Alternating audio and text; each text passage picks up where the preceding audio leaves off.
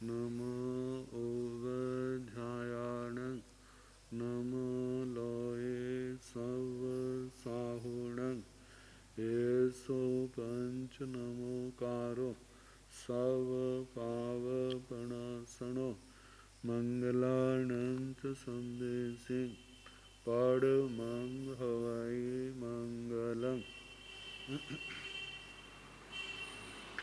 जिन शासन जिन वाणी सदा जयवंत हो, श्रवण संग सदा अविचल मंगल हो। मुक्ति को प्राप्त श्रमण भगवान महावीर स्वामी, उनकी परम पावन कल्याणी भागवती वाणी वाचक प्रमुख श्री इंद्र भूति गौतम आदि गणधर भगवंत युग प्रधानाचार्य परम पूज्य श्री सुधर्मा स्वामी जी महाराज, उनकी परम पावन पाठ परंपरा वर्तमान आचार्य ध्यान योगी परम पूज्य श्री शिव मुनि जी महाराज एवं गुरुजन सबके पावन चरण सरोजों में मेरा अनंत अनंत वार वंदना नमस्कार। आगम परिषद में विराजमान वरिष्ठ मुनिराज, अन्य मुनिवृंद, परमादरणीय भगवती स्वरूपा माँ साध्वियों जी, श्री स्थानक सूत्र की वाचना प्रारंभ है। शनिवार को वासुदेव श्री कृष्ण जी महाराज की 8 अग्र महिषियों का वर्णन आया था,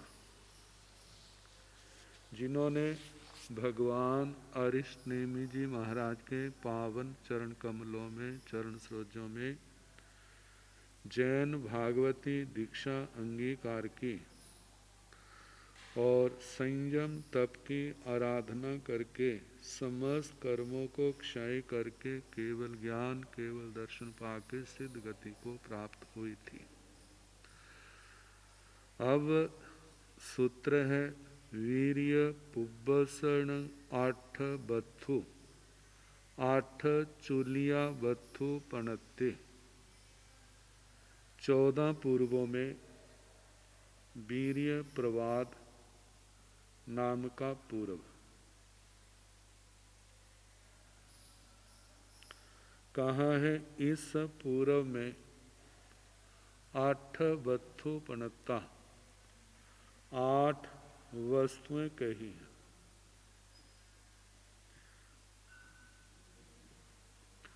8 चूलिया वत्थु पणत्ते 8 चूली का वस्तु कही है, मतलब 8 वस्तुएं और 8 चूली का वस्तु। तो पूर्वों के बड़े अधिकार को वस्तु कहा जाता है। पूर्वों का एक बहुत विशाल अधिकार जिसका नाम वस्तु है, और 8 उनकी चूलिकाएं हैं। चूली का जो शब्द आता है, चूली का अग्र भाग को कहा जाता है।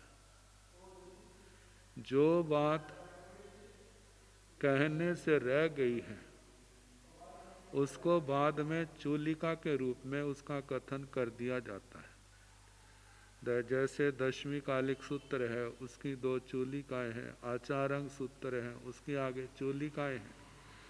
इसी प्रकार 14 पूर्वों में पहले 4 पूर्वों की चूलिकाएं कही जाती हैं। ये तीसरा पूर्व वीर्य प्रवाद, इसमें क्या किसका वर्णन है? आचार्य भगवान पूज्य श्री आत्माराम जी महाराज फरमाते हैं, वीर्य का अर्थ होता है शक्ति। शक्ति जड़ पदार्थों में भी पाई जाती है और आत्मा में भी, जीवों में भी पाई जाती है। कहते हैं जीव ही अजीवों की शक्ति का उपयोग करता है। कुछ जीव अपनी शक्ति का प्रयोग संयम में रहने के लिए करते हैं और कुछ का उपयोग असंयम में होता है और कुछ संयम असंयम दोनों में अपनी शक्ति का प्रयोग करते हैं। जो तो 18 पापों का परित्याग करने के लिए 17 प्रकार का संयम पालन करना और 12 प्रकार की तपस्या में शक्ति का प्रयोग करते हैं, ऐसा जो बल पराक्रम है उसको पंडित पराक्रम कहा जाता है। और जो 18 पापों का सेवन करने के लिए करते हैं उनका पराक्रम, उनकी शक्ति बाल पराक्रम, बाल वीर्य के नाम से कही जाती है। जिनके जीवन में संयम भी है असंयम भी है, तो ऐसे जीवों की शक्ति का जो प्रयोग है उसको बाल पंडित के रूप में कहा जाता है। पंडित पराक्रम को सात्विक बल, बाल पंडित को राजसी, बाल वीर्य को तामसी बल की भी इन बलों की प्रधानता होती है। कहते हैं संसार में जितने भी अजीब पदार्थ हैं उनमें भी अद्भुत चमत्कारी शक्तियां विद्यमान हैं, परंतु उनका प्रयोग जीव ही कर सकता है। अमृत भी जड़ पदार्थ है, विष भी। तो इन सब का वर्णन इस वीर्य प्रवाद के अंदर किया गया है। इस शक्ति के संबंध में कुछ जानना हो तो जो आचार्य श्री शिव शर्म सूरी जी का परम प्रकृति ग्रंथ है उसके प्रारंभ में ही इस शक्ति आत्मा की शक्ति का वर्णन आता है। इतना बारीक जिसको समझने के लिए जोर लगाना पड़ता है। कैसे शक्ति का प्रवाह आत्मा के अंदर क्षोभम के अनुसार आगे प्रकट होता है, कैसे योग स्थान बनते हैं। भगवती सूत्र में भी किन जीवों में कम से कम ज्यादा से ज्यादा कितना बल पराक्रम पाया जाता है उसका वर्णन है। तो इस सारी शक्ति का वर्णन इस वीर्य प्रवाद पूर्व के अंदर आता है और इस शक्ति का वर्णन करने के कारण ही इस पूर्व का नाम वीर्य प्रवाद पूर्व है। तो इसकी 8 वस्तुएं, 8 चूलिका वस्तुएं। आगे है 8 गाइयो पणताओ तंजाहा नीराय गाई, तिरिय गाई, जाव सिद्धि गाई, गुरु गाई, पाणोलन गाई, पभार गाई। गति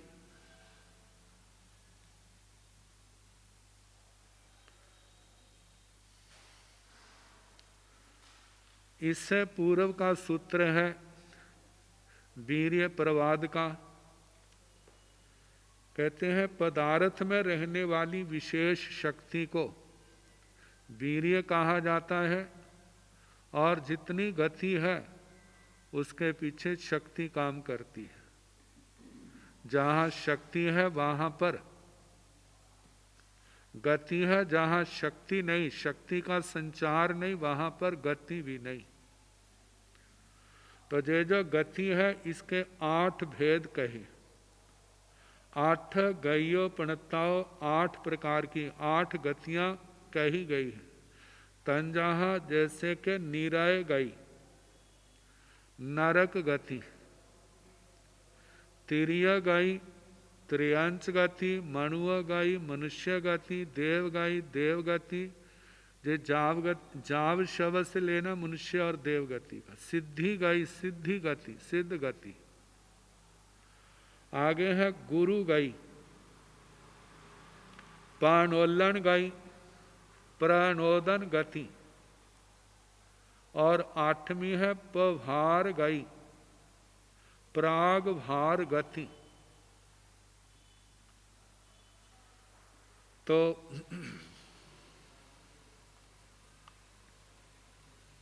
नरक गति, त्रयंच गति, मनुष्य गति, देव गति तो प्रसिद्ध, सिद्ध गति तो प्रसिद्ध है। नरक गति जो गति नाम कर्म के कारण से आत्मा को नरक पर्याय मिलती है। त्रयंच गति नाम कर्म के पर्याय, नाम कर्म के उदय से जो आत्मा को त्रयंच पर्याय मिलती है। मनुष्य गति नाम कर्म के उदय से जो आत्मा को मनुष्य पर्याय मिलती है, और देवगति नाम कर्म के कारण से आत्मा को जो देव गति पर्याय मिलती है। सिद्ध गति जो है जो किसी कर्म का उदय नहीं है, जे आत्मा की पर्याय आत्मा को कर्मों के क्षय करने से उपलब्ध होती है। आगे गुरु गई, गुरु गति के संबंध में कहा जो गति स्वाभाविक होती है वह गुरु गति कही जाती है। जैसे कहा जाता है प्रकाश की गति, इसको कोई चलाने के लिए किसी के बल पराक्रम की जरूरत नहीं होती, स्वाभाविक। शब्द गति, वायु की गति, जो गति है इसका गुरु गति में समावेश होता है। 7वां है प्रणोलन गई प्रणोदन गति।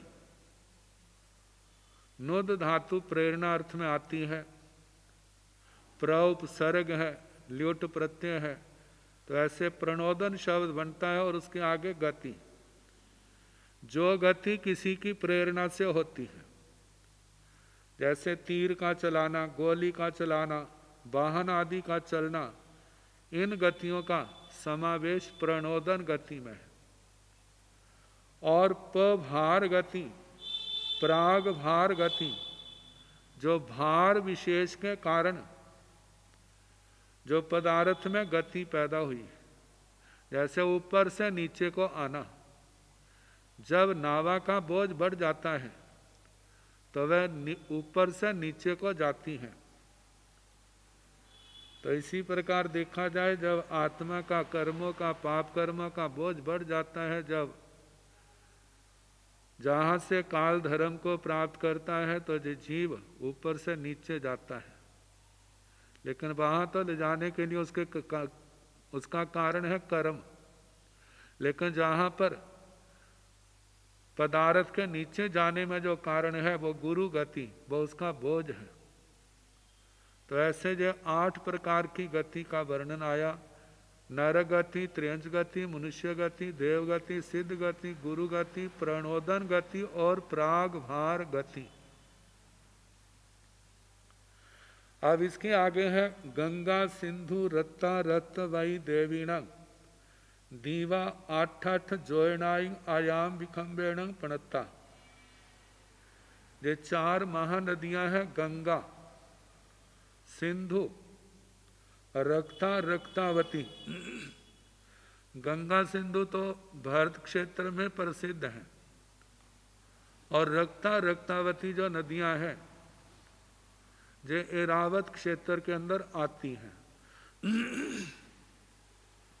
जब ये दोनों नदी, चारों नदियां अपने उद्गम स्थल से चलती हैं, गंगा नदी जो है पद्म सरोवर से निकलती है, सिंधु नदी भी, पद्म सरोवर का वर्णन पहले आ चुका है। चोल हिमवंत पर्वत के शिखर पर मध्य में पद्म सरोवर, जिसकी लंबाई पूर्व पश्चिम की ओर 1000 योजन है और उत्तर दक्षिण की ओर जिसकी चौड़ाई है 500 योजन की है। ये पद्म सरोवर के पूर्व और पश्चिम के द्वार से निकलती है। पहले तो गंगा पूर्व की ओर बहती है और उसके आगे सिंधु जो है पश्चिम की ओर बहती है। जब इन नदियों के कूट आते हैं उससे जो दक्षिण की ओर मुड़ जाती हैं, और जब जो पर्वत से नीचे गिरती है उत्तर भारत में, तो वहाँ पर गिरने से एक द्वीप बन, पानी गहरा बन जाता है, जिनका जम्बू द्वीप की प्रगति के अंदर विशेष करके वर्णन आएगा। तो वहाँ पर पानी ही पानी, और उस पानी के बीच में इन नदियों, इन देवियों के द्वीप हैं। तो जो नदी है उसी के नाम का द्वीप है। गंगा नदी का जो सरोवर बनता है, ऊपर से पानी गिरता है, वहाँ पर बहुत विशाल, मतलब पानी का ऐसी जगह है, गहरी है, पानी पानी भरा है, और उसके बीच में द्वीप है, जहाँ जिनको कुंड कहा जाता है, प्रपात कुंड। प्रपात कुंड, जहाँ प्रपात मतलब गिरना, गंगा गिरती है ऊपर से नीचे, और जहाँ पर गिरती है वहाँ पर एक कुंड बन जाता है। और कुंडों का जो व्यास है वो 60 योजन प्रमाण बताया है। उस 60 योजन के बीच का क्षेत्र है 8 योजन का। वहाँ पर इन देवियों के, जो नदियों की अधिष्ठात्री देवियाँ हैं, उनके द्वीप हैं।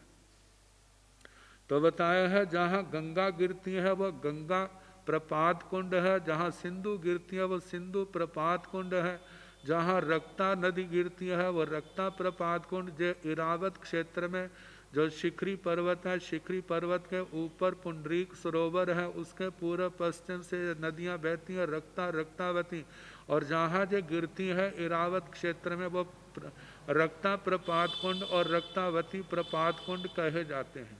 और उन कुंडों के बीच में द्वीप है, मतलब जिनके चारों ओर पानी है। जैसे जम्बू द्वीप के चारों ओर लवण समुद्र है। लवण समुद्र ने जैसे उस पानी से चारों ओर से जम्बू द्वीप घिरा है, ऐसे ही जो द्वीप भी जो है उन कुंडों के पानी से चारों ओर से घिरे हुए हैं।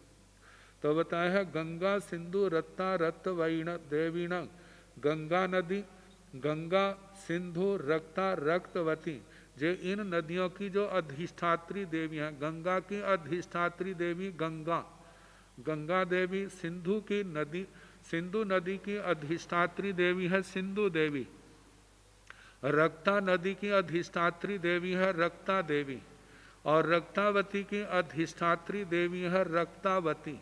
तो इनके वो कुंड हैं, कुंडों के अंदर इनके द्वीप हैं।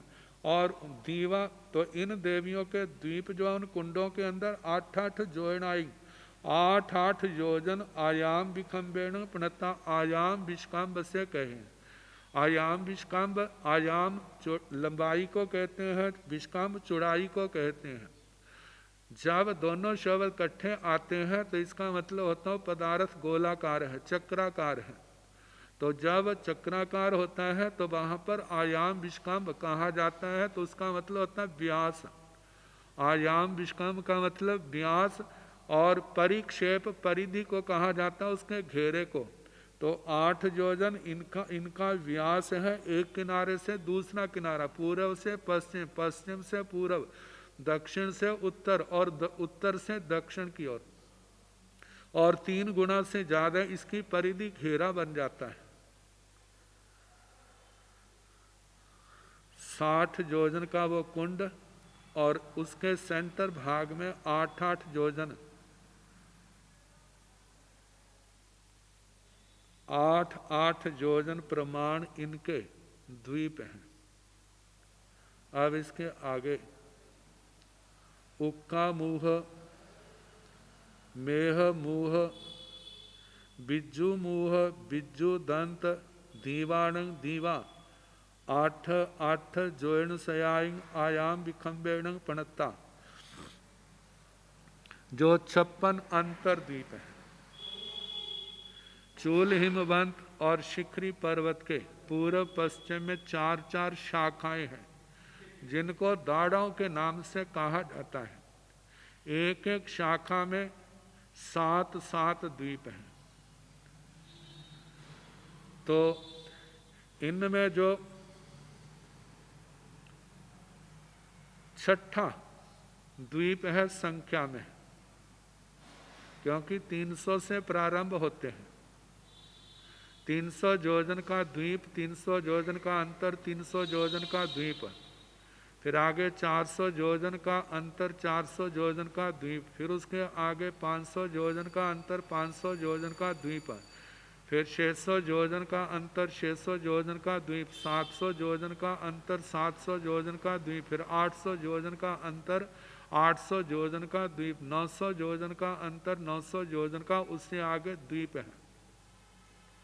तो बताया है जो छठे हैं, मतलब चूल्हिमबंद पर्वत के पूर्व और पश्चिम में चारों शाखाओं में, और शिखरी पर्वत के भी पूर्व और पश्चिम में चारों शाखाओं में जो छठे छठे द्वीप हैं, जिनके नाम है उक्का मुह, उल्का मुख, मेह मुह, मेघ मुख, बिज्जू मुह, विद्युत मुख, बिज्जू दंत, विद्युत दंत, दीवाण। इन द्वीपों के दीवा जो द्वीप है ना, 8 जोयन से आयाम विखम्बेण पणता, 8 योजन आयाम विष्कम्भ वाले कहे हैं।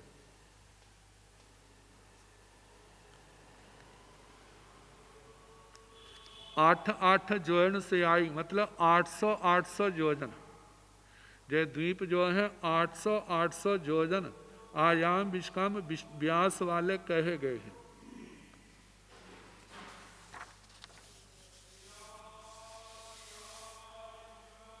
8वें संवाय प्रत्येक स्थान में जितना स्थान है उतनी संख्या वालों का संग्रह किया गया है। तो 8 के साथ जिसका योग बनता है वो बताया जा रहा है।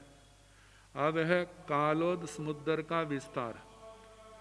कालोद समुद्र का चक्करवाल विष्कम्भ जो धातकी खंड को चारों ओर से घेरे हुए।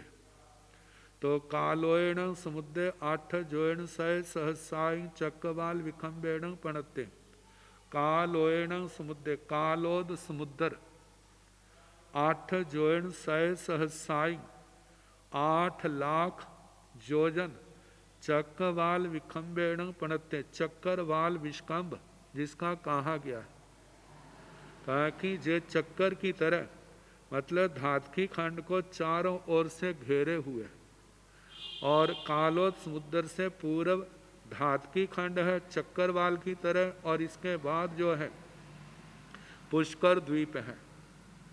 तो पुष्कर द्वीप पूर्व की ओर चाहे किसी भी दिशा से देख ले, इसका पानी का पाट जो है वो 8 लाख योजन बैठेगा।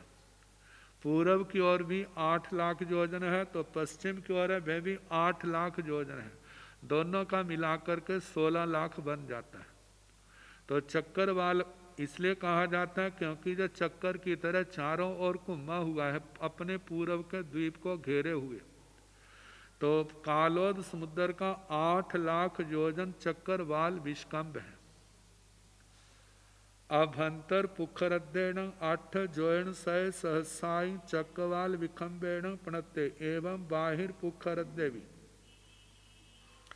अब पुष्कर द्वीप है। कालोद समुद्र के चारों ओर कालोद समुद्र को चारों ओर से पुष्कर द्वीप ने घेरा हुआ है।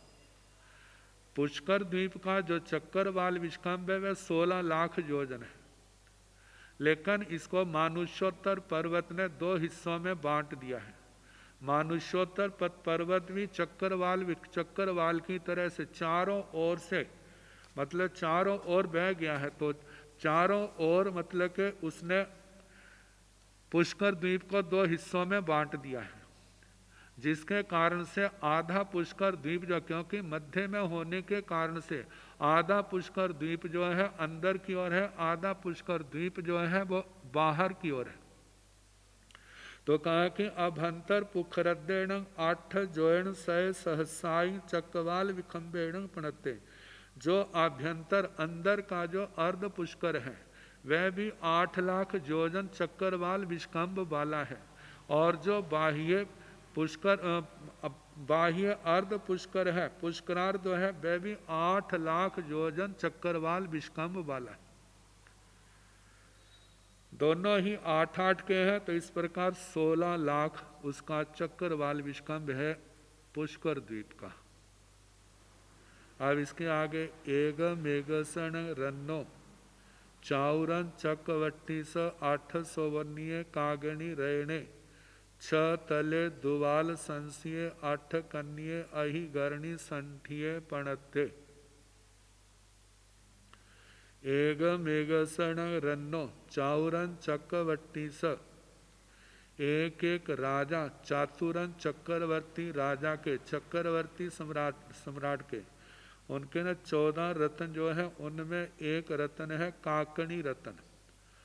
तो 8 सौवर्णीय कागणी रयणे काकणी रत्न कितना है 800 वर्णिक 8 सुवर्ण परिमाण। 6 तले 6 जिसके तल हैं दोवाल संशय 12 अंश किनारे बन जाते हैं। 8 कन्ये 8 कोण अहिगरणी संठिये अधिकरणी जिसका संस्थान है। अधिकरणी जो लोहार की एरन के आकार वाला कहा गया है। अधिकरणी जहाँ पर जिसके ऊपर लोहार या सुनार लोहार लोहे को कूटते हैं सुनार सोने को कूटते हैं वो जो उनका स्थान है लोहे का उसको अधिकरणी कहा जाता है। जैसा अधिकरणी मतलब के अधिकरणी का आकार है ऐसे ही काकणी रत्न का है लेकिन उसमें जो अंतर है वह बता दिया। 8 सुवर्ण जो है वह उसका भार है काकणी रत्न 6 उसके तल हैं और 12 उसके कोण मतलब किनारे हैं 8 जिसके कोण है। ऐसे अधिकरणी संस्थान वाला काकणी रत्न चक्रवर्ती सम्राट का कहा है।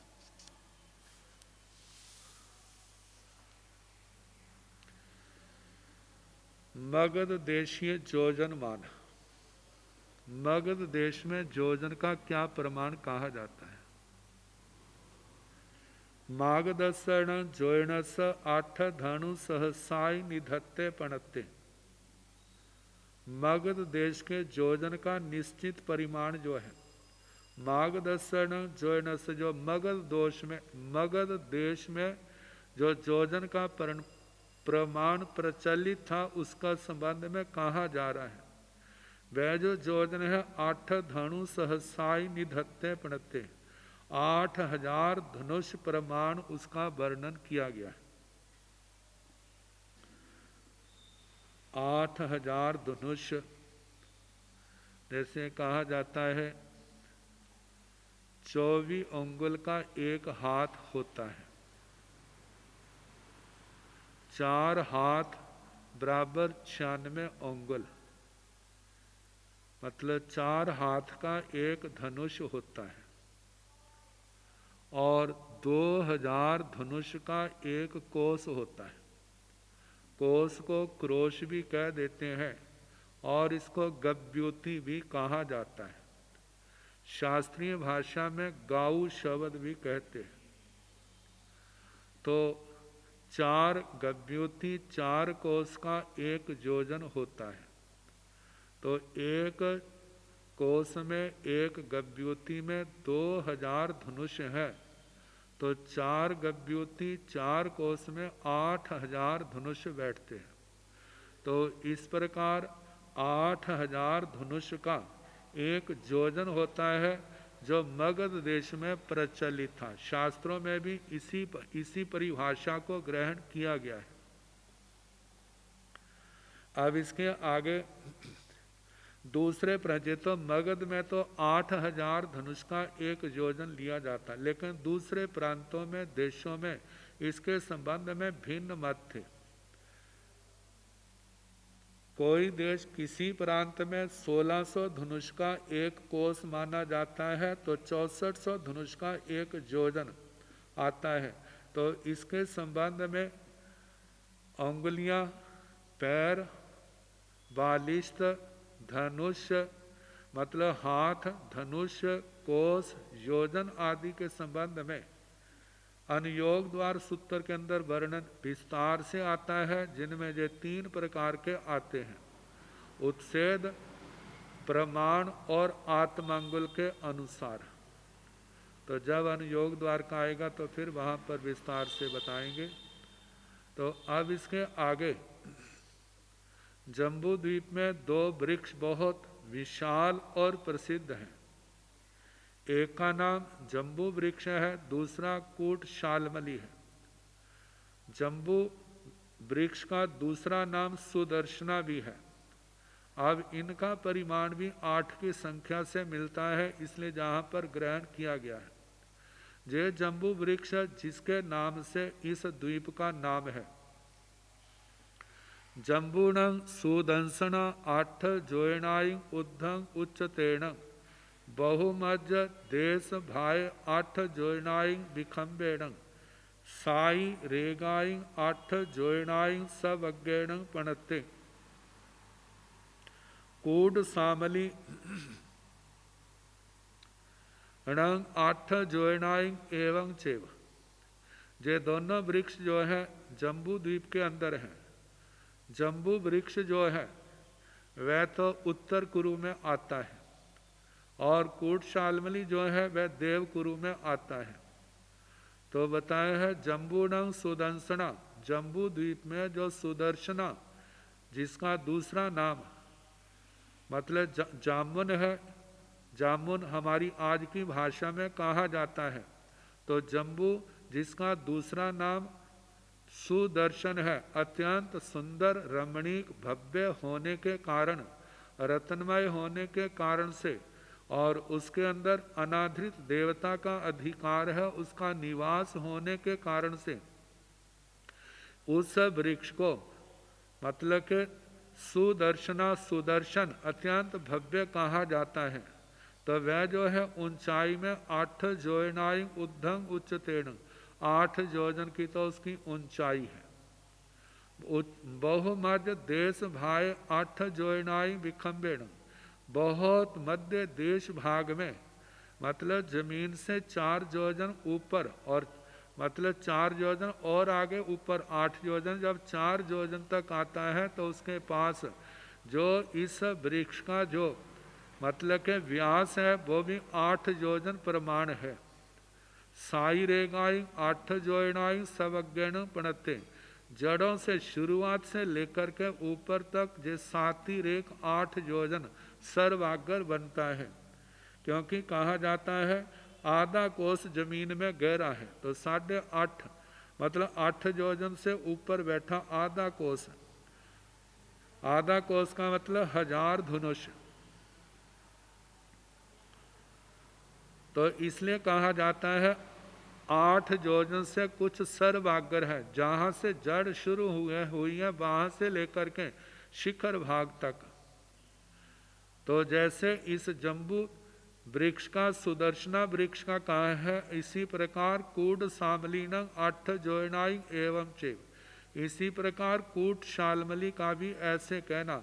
इसकी ऊंचाई जमीन से ऊपर 8 योजन है, मध्य भाग में 8 योजन व्यास है और पूर्ण जो है सर्वाग्र 8 साधिक 8 योजन है, क्योंकि आधा कोस जो है ये भी जमीन में गहरा है। तो कूट शालमली जिसके ऊपर कहा जाता है गरुड़ देव का अधिकार है और जहाँ पर जम्बू वृक्ष के ऊपर अनादृत देवता का अधिकार है।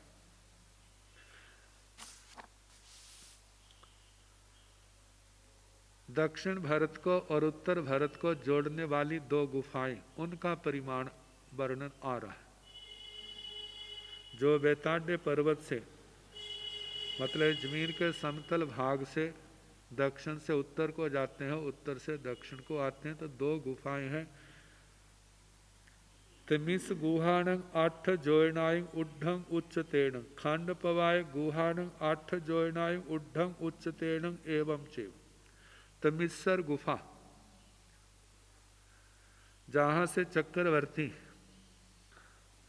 उसका जो सेनापति रतन है तेला करके इस गुफा के दरवाजे को खोलता है, जिसकी लंबाई 50 योजन है, जिसके बीच में 2 नदियां आती हैं, उन्मगन जला और निमगन जला। जम्बू द्वीप प्रज्ञप्ति के अंदर इनका सारा वर्णन आता है। तो कहा कि तिमिस्सर गुफा नंग 8 जोयनाई उड्ढंग उच्चतेण, 8 जोजन इसकी ऊंचाई है। मतलब जमीन से लेकर के ऊपर तक, जैसे बेताड्य पर्वत की ऊंचाई तो 25 जोजन बैठती है, 25 जोजन तो 8 जोजन तक जमीन से ऊपर तक फैली हुई है, तो इसकी ऊंचाई 8 जोजन है। जहाँ से चक्रवर्ती अपनी सेना के साथ उत्तर भारत की ओर जाता है। खंड पवाय गुहाणं 8 जोयनाय उड्ढंग उच्चतेणं एवं चेव, खंड प्रपात गुफा भी ये जो है उत्तर भारत से दक्षिण भारत की ओर वापिस आता है, जो खंड प्रपात गुफा है, इसकी ऊंचाई भी जो है 8 जोजन की कही है।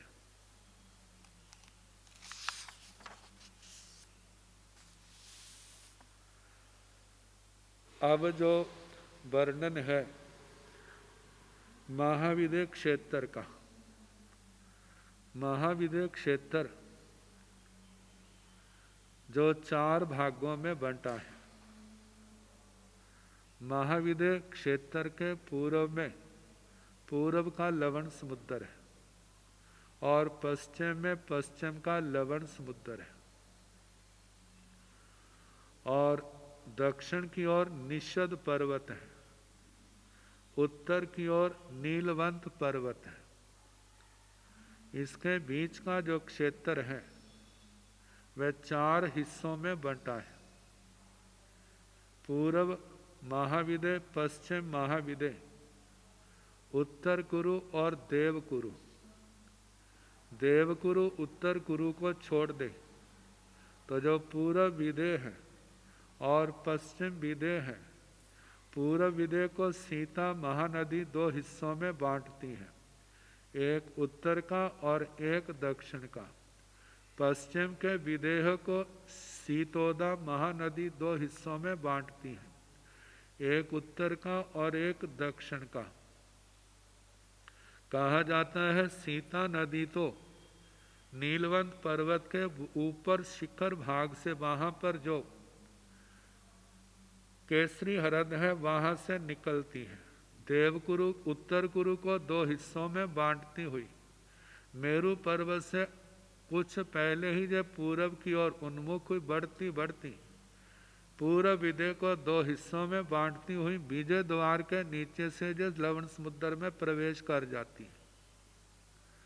और जो सीतोदा नदी है वह तिगिंच हृद जो निषद पर्वत के ऊपर है, वहां से उसके उत्तर द्वार से निकलती है और आगे देवकुरु के नीचे वह सीतोदा कुंड में गिरती है, और वहां से देवकुरु को 2 हिस्सों में बांटती हुई मेरु पर्वत की ओर बढ़ती है। जब मेरु पर्वत थोड़ा सा रह जाता है तो ये पश्चिम की ओर मुड़ जाती है, और पश्चिम के विदय को 2 हिस्सों में बांटती हुई जो जयंत द्वार है पश्चिम की ओर जम्बू द्वीप का, उसके नीचे से लवण समुद्र में प्रवेश कर जाती है। अब इसके कहा जाता है सीता महानदी के दक्षिण और उत्तर की ओर 4-4 चित्रकूट पर्वत आते हैं जो संख्या में 8 हो जाते हैं। जैसे पूरब की ओर 8 हैं तो ऐसे पश्चिम की ओर भी 8 हैं, तो 8-8 संख्या से जिनका मेल खाता है उनका वर्णन किया जा रहा है। सीता नदी के उत्तर की ओर 8 विजय हैं, सीता नदी के दक्षिण की ओर 8 विजय हैं। ऐसे सीतोदा नदी के भी उत्तर और दक्षिण की ओर जो है 8-8 विजय है, उनका वर्णन और उसके साथ उनकी राजधानियों का वर्णन इस आने वाले सूत्र में किया जा रहा है। तो सबसे पहले जम्बू मंद्रस पव्यस पुरच्छिमेण सियाय महानय्य उभाव कूले 8 बखार पव्या पणता तंजाहा चित्तकूड़े पम्ह कूड़े नलिन कूड़े एक शैले ती कूड़े बेसमन कूड़े अंजने मायंजने। जम्बू मंद्रस पव्यस पुरच्छिमेण, जम्बू मंदर, जम्बू द्वीप का जो मेरु पर्वत है, मंदर पर्वत है, उसके पूरच्छिमेण उस पर्वत के पूरच्छिमेण पूर्व की ओर सियाय महानये सीता महानदी के उभव कुले दोनों किनारों में 8 बखार पव्यापणता 8 वक्षस्कार पर्वत कहे हैं।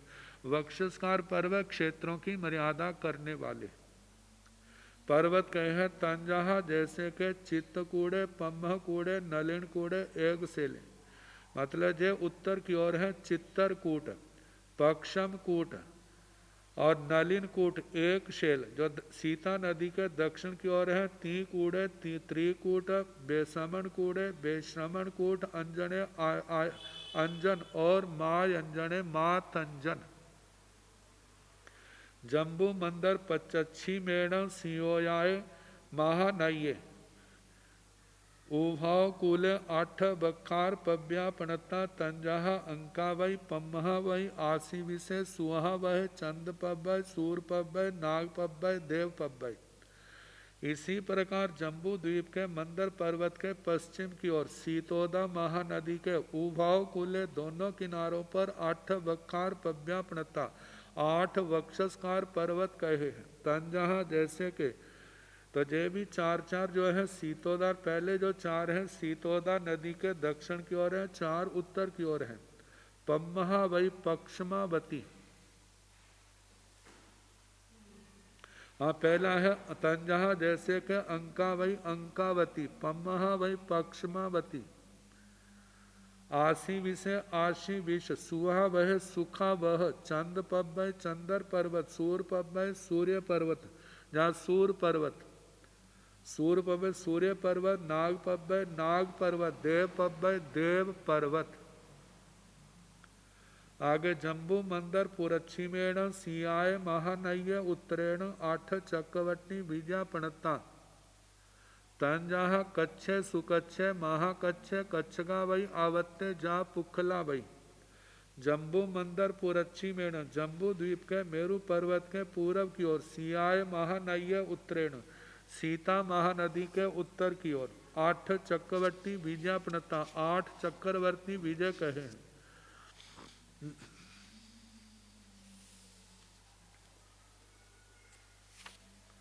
तंजहा जैसे के कच्छे कच्छ सुकच्छे सुकच्छ महाकच्छे महाकच्छ कच्छगावई कच्छगावती आवत्ते आवर्त जाव बीच में 2 और हैं पुखला वही 8वां है पुष्कलावती। तो इनके नाम है पहला कच्छ दूसरा सुकच्छ तीसरा महाकच्छ चौथा कच्छकावती 5वां आवर्त 6ठा मंगलावर्त 7वां पुष्कल और 8वां है पुष्कलावती। सुख विपाक सूत्र के अनुसार दूसरे अध्ययन में जो भगवान जुगबाहु का वर्णन आता है वो उनकी जय ही नगरी जय ही बीजे आता है पुष्कलावती।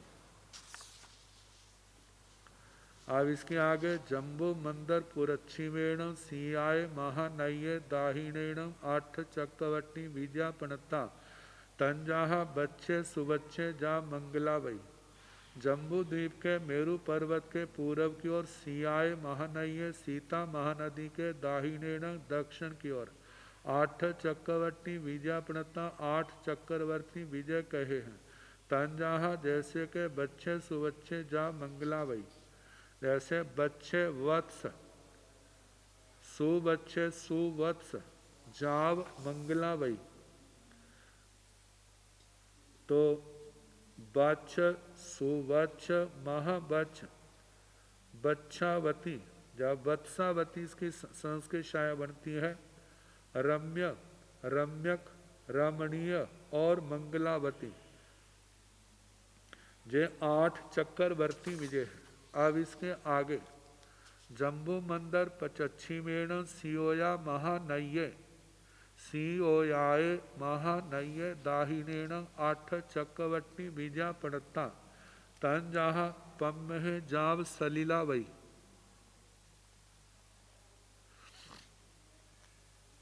जम्बू मंदर पचच्छी मेढ़ जम्बू द्वीप के मंदर पर्वत के पश्चिम की ओर सियोयाय महानई सीतोदा महानदी के दाहिनेण दक्षिण की ओर 8 चक्रवर्ती विजयपणता 8 चक्रवर्ती विजय कहे हैं। तंजाहा जैसे के पम्महे जाव सलीलावई। पहला है पम्महे पक्षम, दूसरा है जाव से सुपक्षम, महापक्षम, पक्षमावती, शांख, नलिन, कुमुद और सलीलावती। अब इसके आगे जम्बू मंदर पचत्थी मेण सियोयाय महानय उत्तरेण 8 चक्रवर्ती बीजा पणता तंजाहा बप्पे सुप्पे जाव गंधिलावई। जम्बू द्वीप के मंदर पर्वत के पश्चिम की ओर सियोयाय महानय सीतोदा महानदी के उत्तरेण उत्तर की ओर 8 चक्रवर्ती विजयपणता 8 चक्रवर्ती विजय कहे। विजय जहाँ पर क्षेत्र के लिए आता है, जैसे भरत क्षेत्र है, इरावत क्षेत्र है, ऐसे महाविजय के जो अनेक हिस्सों में बटा है, जहाँ जहाँ पर चक्रवर्तियों के राज्य हैं जो 6 खंडों में हैं, तो वो क्षेत्र जो है विजय के नाम से जहाँ पर कहे जाते हैं। और महाविजय भारत क्षेत्र से एक एक विजय है लगभग 4 और 5 गुना के बीच में बड़ा बैठता है। तो उत्तर की ओर जो 8 चक्रवर्ती विजय है तंजहा जैसे के बप्पे बप्र सुबप्र महाबप्पे महाबप्र बप्रावती बलगु सुबलगु गंधिला और गंधिलावती।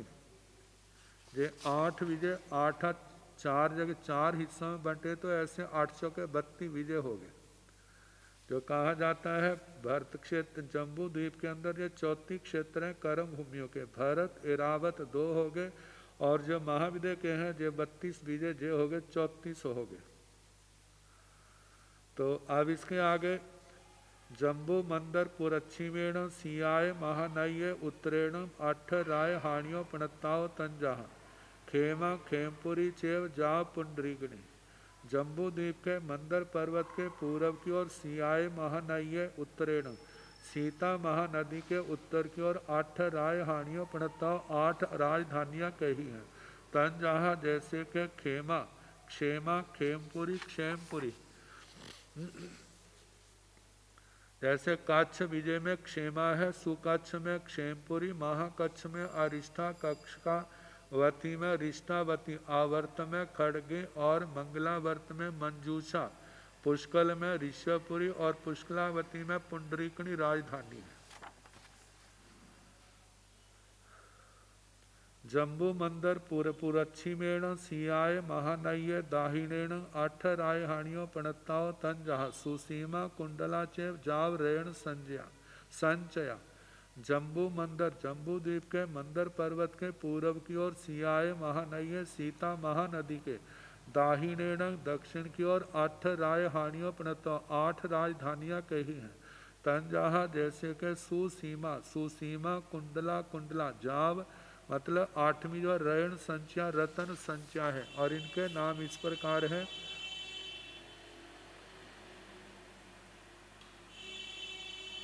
जैसे सुवत्स विजय की सुसीमा है, सुवत्स की कुंडला है, महावत्स की अपराजिता, वत्सवती की प्रभंकरा, रम्य विजय की अंकावती, रम्य की पक्षमावती, रमणीय विजय की शोभा, मंगलावती विजय की रतन संख्या नाम की राजधानी है। ये पश्चिम का वर्णन पूर्व का वर्णन इसके आगे पश्चिम का। जम्बू मंदर पचच्छिमेण सियोयाय महानय दाहिनेण 8 राय हानियों पणत्ताओ तंजहा आसपुरा जाव बियसोगा। जम्बू मंदर पचच्छिमेणम जम्बू द्वीप के मंदर पर्वत के पश्चिम की ओर सियोयाय महानय सीतोदा महानदी के दाहिनेण दक्षिण की ओर 8 राय हानियों पणत्ताओ 8 राजधानियां कही हैं। तंजहा जैसे के आसपुरा अश्वपुरा जा बियस होगा 8वीं बीत शोका है। तो इनके नाम ऐसे हैं जैसे के पक्षम विजय में पक्षम विजय में आसपुरा, अश्वपुरा जो आसपुरा, सुपक्षम में सिंहपुरा, महापक्षम में महापुरा, पक्षमावती में विजयपुरा, शंख विजय में अपराजिता, नलिन में अपरा, कुमुद में अशोका, सलीलावती में बीत शोका राजधानी है। अब जम्बू मंदर पश्चिमेण सियाय महानय उत्तरेण आठ रायहानियों प्रणताव तंजहा विजया विजयंती जाव औझा। जम्बू द्वीप के मंदर पर्वत के पश्चिम की ओर सियाय महानय सीता महानदी के उत्तरेण उत्तर की ओर आठ रायहानियों प्रणताव आठ राजधानियां कही हैं। तंजहा जैसे के विजया विजया विजयंती जाव औझा, औझा का मतलब अयोध्या, ये भारत वाली अयोध्या नहीं, ये दूसरी है। तो उत्तर की ओर जो आठ चक्रवर्तियों की आठ राय बप्पर की बप्पर विजय की विजया है, सुबप्पर की विजयंती, महाबप्पर की जयंती, बप्परवती में अपराजिता, बलगो में चक्करपुरा, सुबलगो में खड़गपुरा, गंधीला में अवंध्या और गंधीलावती में अयोध्या राजधानी है। तो इस प्रकार 32 विजय और 32 राजधानियां हैं और प्रत्येक विजय में 6-6 खंड हैं। जिस विजय को पूर्व पश्चिम जो लंबे हैं ऐसे बेताड्य पर्वत 2 हिस्सों में बांट देते हैं, और जहाँ पर जो जैसे भारत में गंगा सिंधु है तो ऐसे ही जहाँ पर आता है सीता महानदी के उत्तर की ओर तो जो नदियाँ उन बीजों को 6-6 हिस्सों में बांटती हैं उनके नाम है गंगा सिंधु के नाम से हैं। और जो दक्षिण सीता नदी के दक्षिण की ओर है रक्तावती हैं। तो इनके भी वर्णन जो है आगे सारे आएंगे। तो आगे जो वर्णन है कल जैसे अवसर होगा कराने का प्रयास किया जाएगा। अब शास्त्र का अब थोड़ी देर हम प्राकृत व्याकरण कर लें।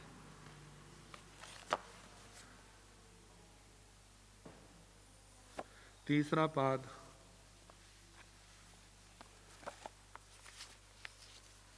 चौसठ सूत्र हो गए थे, तीसरे पाद के 65वां है। गेर डाहे डाला इया काले, ये 3 शब्द हैं किम जात और तद। कहा किम जात तद, किम जात तद्भ्य काले विधेय गे स्थाने आहे आला इति डितौ इया इति च आदेशा वा भवन्ति। जब किम जात तद का अर्थ काल समय हो, उस समय जो गी प्रत्यय है मतलब सप्तमी विभक्ति का गी प्रत्यय, उसके स्थान पर ये 3 प्रत्यय आते हैं डाहे डाला इया। जहाँ पर आहे लिखा है तो मतलब ड की तो इत संज्ञा करके लोप कर देते हैं और इनको डित कहा जाता है। ड है इत संज्ञक जिनके, तो एक आहे डाहे का आहे रह जाता है, डाला का आला रह जाता है। और तीसरा है ईया, इसके आगे डित नहीं, डित करने से जो होता है कि उसके पूर्व के स्वर का लोप हो जाता है। जो डित नहीं है तो उसका लोप नहीं होता। तो जे 3 आदेश गी के स्थान पर विकल्प से होते हैं आदेशा वा भवंती। जब जे आदेश नहीं होते तो ये पूर्व सूत्रों में जे आदेश के जैसे हिंग सिंग मी थ, ये 4 आदेश हैं, इनके अपवाद हैं। जब जे डाहे डाला इया जे प्रत्यय नहीं होंगे तो जे 4 होंगे हिंग सिंग मी थ। पक्षे तेपी भवंती, पक्ष में बे भी होते हिंग आदि जो आदेश हैं। तो पहले काहे शब्द है, किम से काहे, तो इसका संस्कृत अर्थ बनता है कदा। कदा का मतलब कब। काहे जहां पर किम शब्द है और आगे नी प्रत्यय है।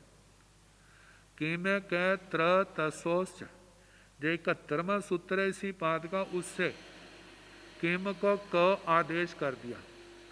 आगे गी है, गी के स्थान पर ये 3 आदेश किए जो इस सूत्र में कहे। पहले तो डाहे किया, जब डाहे किया तो ड की संज्ञा करके लोप कर दिया। लोप करने पर आहे रह गया। डित होने के कारण से क में जो अकार है उसका लोप हो गया, क जमा आहे रहा। इसको मिलाने पर काहे बन गया। काहे का मतलब कदा, कब। अब जिस समय डाला करेंगे नी के स्थान पर तो काला रूप बन जाएगा। जैसे किम जमा गी, किम को क आदेश हो गया, गी को डाला हो गया, डाला के ड की इत संज्ञा होगी, लोप हो गया, आला हो गया।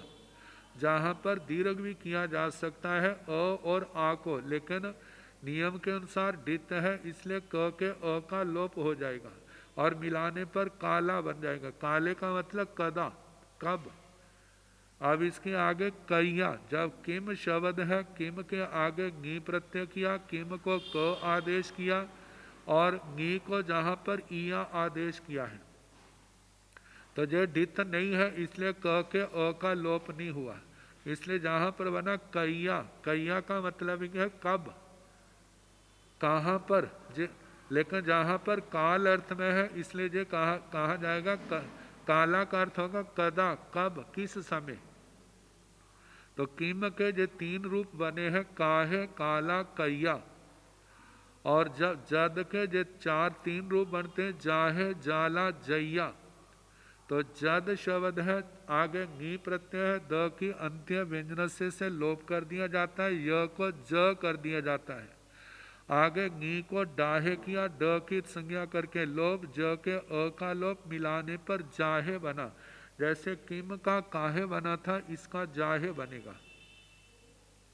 और जिस समय नी के स्थान पर डाला किया है, डाला का आला रह गया और ज के अ का लोप करने पर मिलाने पर जाला, मतलब जद शब्द है, यद के द का लोप कर दिया, अंतिम व्यंजन होने के कारण आगे नी के स्थान पर डाला किया, मतलब के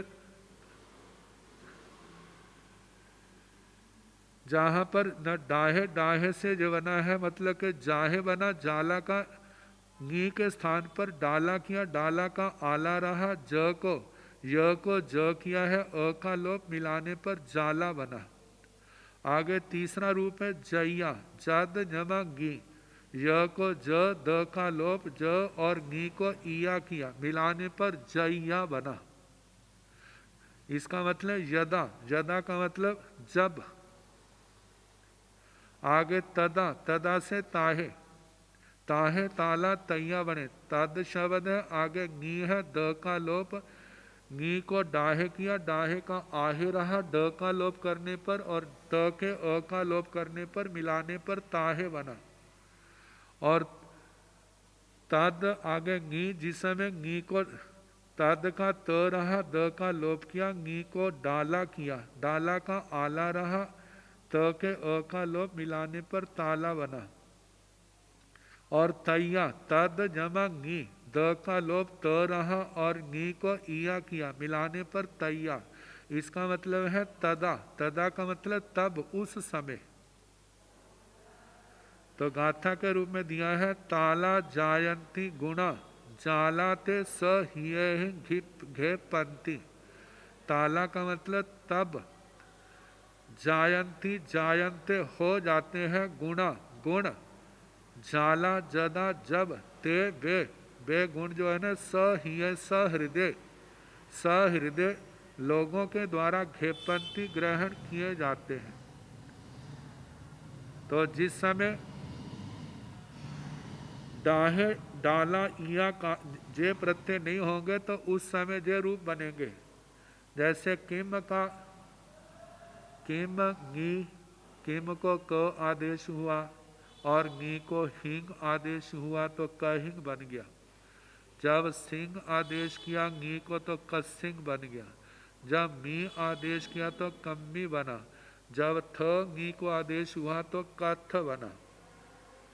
इनके जो सूत्र हैं 59वां सूत्र गे सिंह मी था और ना वा निदम, ना वा निद में तदो हिंग, जो 59वां और 60वां सूत्र है जिन्होंने हिंग सिंह मी थ जे आदेश किए थे। अब इसके आगे का नसेर महा, मतलब के ngसी प्रत्यय को महा आदेश होता है। जैसे कस्मात का कम महा बन जाता है। जब महा तब महा ऐसे रूप बनते हैं तो इनका फिर कल जैसे समय होगा कराने का प्रयास किया जाएगा। नमो अरिहंताण, नमो सिद्धाण, नमो आयरियाण,